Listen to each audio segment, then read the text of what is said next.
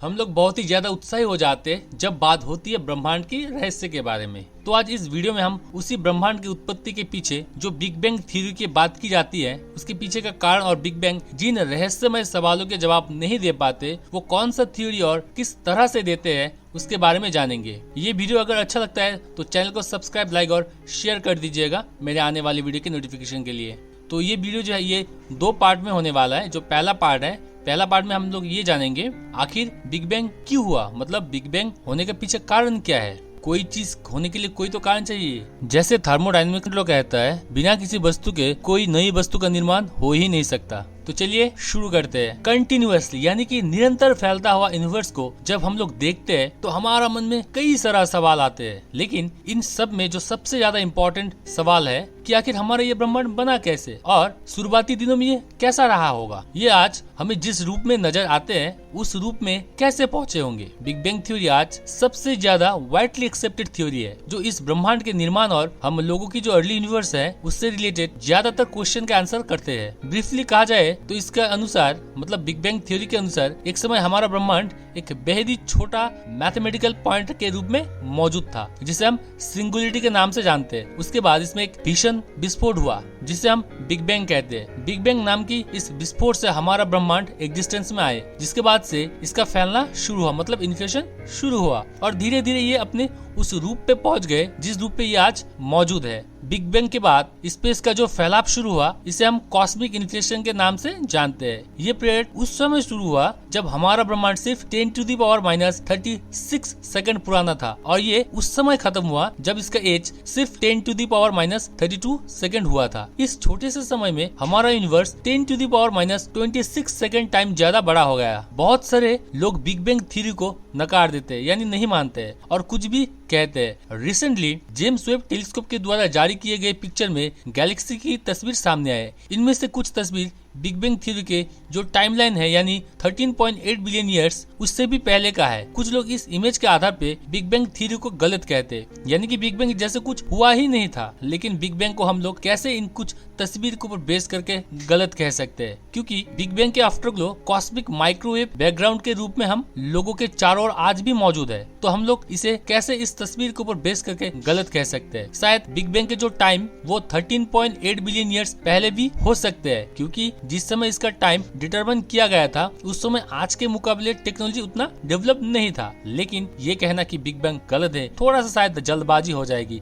इसके लिए और स्टडी की जरूरत है। चलिए थोड़ा कॉस्मिक माइक्रोवेव बैकग्राउंड के बारे में जानते हैं, तभी आपको पता चलेगा कि बिग बैंग इतना वाइडली एक्सेप्टेड थ्योरी क्यों है। इस ब्रह्मांड में कहीं भी अगर आप एक सेंसिटिव रेडियो एंटेना का इस्तेमाल करेंगे तो आप एक बेहद ही फेंट सिग्नल को डिटेक्ट करेंगे जो सभी दिशाओं से आ रहे होंगे और अपनी लाख कोशिश के बावजूद भी आप इसे छुटकारा नहीं पा सकेंगे। इसे कॉस्मिक माइक्रोवेव बैकग्राउंड कहते हैं। ये बिग बैंग की होने का एक पुख्ता प्रमाण है। ये थ्योरी साइंटिफिक कम्युनिटी में वाइडली एक्सेप्टेड है इस कारण की वजह से, जो कि इस बात का सबूत है कि बिग बैंग निश्चित रूप से हुआ था। अगर लॉजिकली भी देखें तो हमारा ब्रह्मांड आज कंटिन्यूअसली एक्सपेंड हो रहा है। इस एक्सपेंशन के कारण जो गैलेक्सीज है एक दूसरे से दूर जा रहे हैं। अब अगर हम समय में पीछे जाए मतलब बैक में जाए तो यूनिवर्स का ये फैलाव कंटिन्यूअसली कम होता जाएगा और एक समय ऐसा आएगा कि हम लोग सिंगुलरिटी तक पहुंच जाएंगे, मतलब जिस बिंदु से ये शुरू हुआ था। बिग बैंग थ्योरी हमें यूनिवर्स के निर्माण और अर्ली यूनिवर्स से रिलेटेड ज्यादातर सवालों का आंसर देते हैं, लेकिन कई ऐसा सवाल फिर भी बच जाते हैं जिसका आंसर ये नहीं दे पाते। जिनमें से सबसे इम्पोर्टेंट सवाल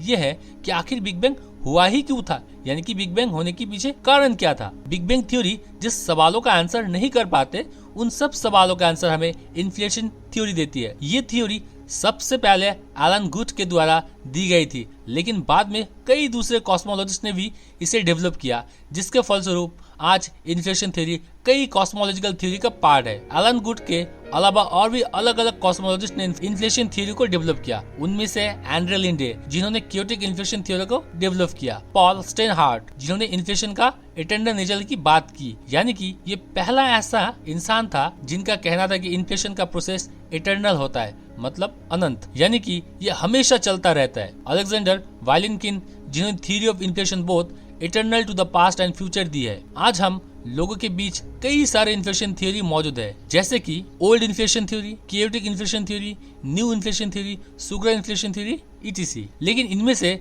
तीन थ्योरी ऐसा है जो कि सबसे ज्यादा सक्सेसफुल साबित हुआ है, वो है chaotic inflation theory, eternal inflation theory, new inflation theory. हम सिर्फ इटर्नल थ्योरी को डिस्कस करेंगे और ये भी जानेंगे कि बिग बैंग थ्योरी हम लोगों की किन सवालों का जवाब नहीं दे पाते जो कि इन्फ्लेशन थ्योरी हमें देती है। हमें आज ये पता है कि जिसको हम एम्प्टी स्पेस या वैक्यूम कहते हैं वो भी पूरी तरह से एम्प्टी नहीं होते। दरअसल एम्प्टी स्पेस या वैक्यूम की एक फिजिकल ऑब्जेक्ट होता है जिसमें एनर्जी डेंसिटी तथा प्रेशर होता है और इसके डिफरेंट स्टेट्स भी हो सकते हैं। इन्फ्लेशन होते हैं ग्रेविटेशनल रिपल्शन के कारण जो पैदा होता है फॉल्स वैक्यूम नाम के एक अनस्टेबल एंटिटी के नेगेटिव प्रेशर के कारण। चलिए थोड़ा फॉल्स वैक्यूम के बारे में जान लेते हैं। ये जानने से पहले हमें फॉल्स वैक्यूम और ट्रू वैक्यूम के बीच का जो अंतर है उसे पता होना चाहिए। इस ब्रह्मांड में मौजूद हर एक चीज का अपना एक एनर्जी लेवल होता है। हाई एनर्जी का मतलब उस पर्टिकुलर सिस्टम में हाई एनर्जी का मौजूद होना और लोअर एनर्जी का मतलब उस पर्टिकुलर सिस्टम में लोअर एनर्जी का प्रेजेंट होना। एग्जाम्पल के लिए किसी भी चीज जिसे हम जला सकते हैं उसका एनर्जी लेवल हाई होता है और जब उसे हम जलाते हैं तो ये अपने मॉलिक्यूलर बॉन्ड्स में मौजूद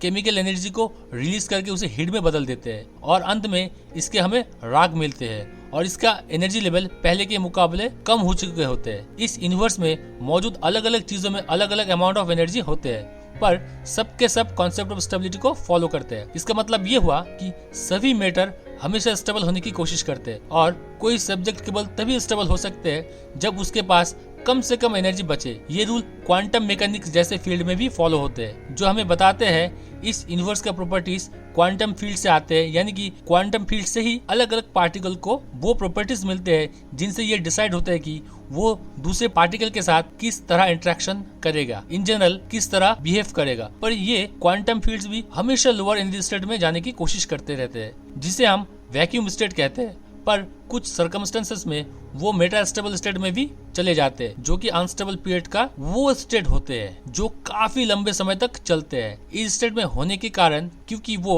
वैक्यूम स्टेट में नहीं जा पाते वो एनर्जी लूज नहीं करते।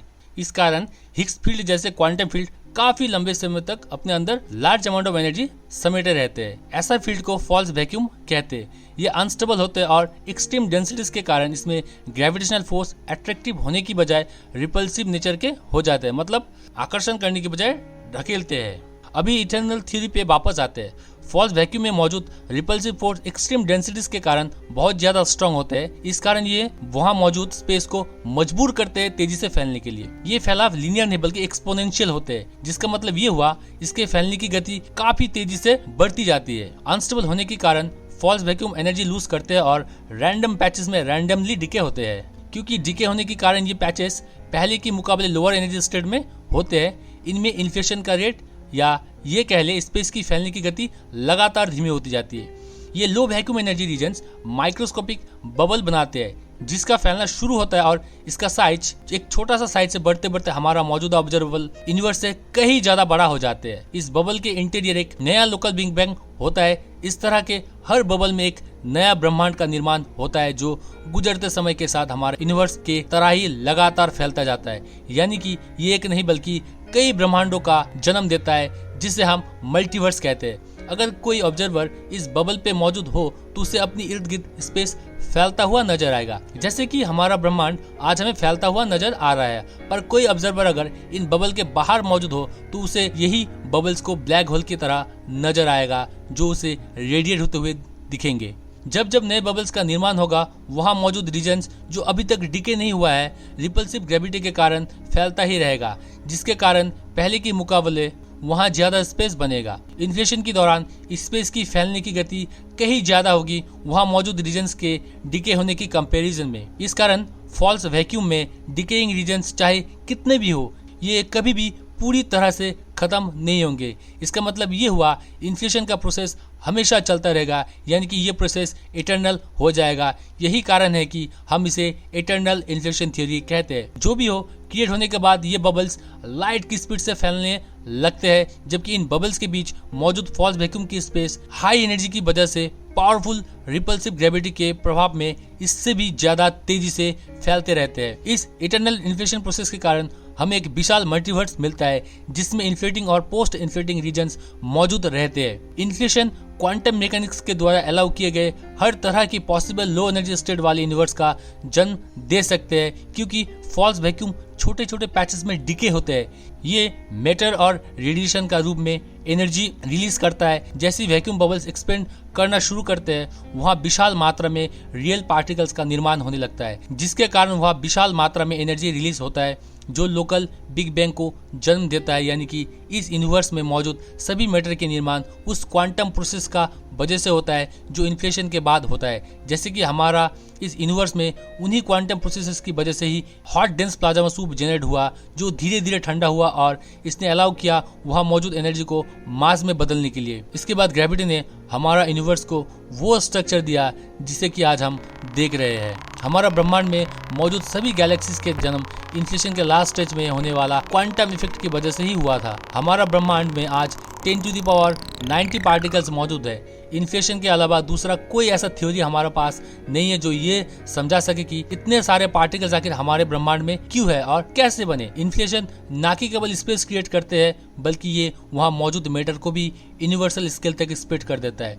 आपने अब तक इटर्नल इन्फ्लेशन थ्योरी के बारे में जाना, जिसमें आपने ये भी देखा कि बिग बैंग होने के पीछे आखिर कारण क्या रहा होगा। नेक्स्ट वीडियो में हम लोग जानेंगे बिग बैंग थ्योरी किन सवालों का जवाब नहीं दे पाती, जिनका जवाब इन्फ्लेशन थ्योरी देते हैं।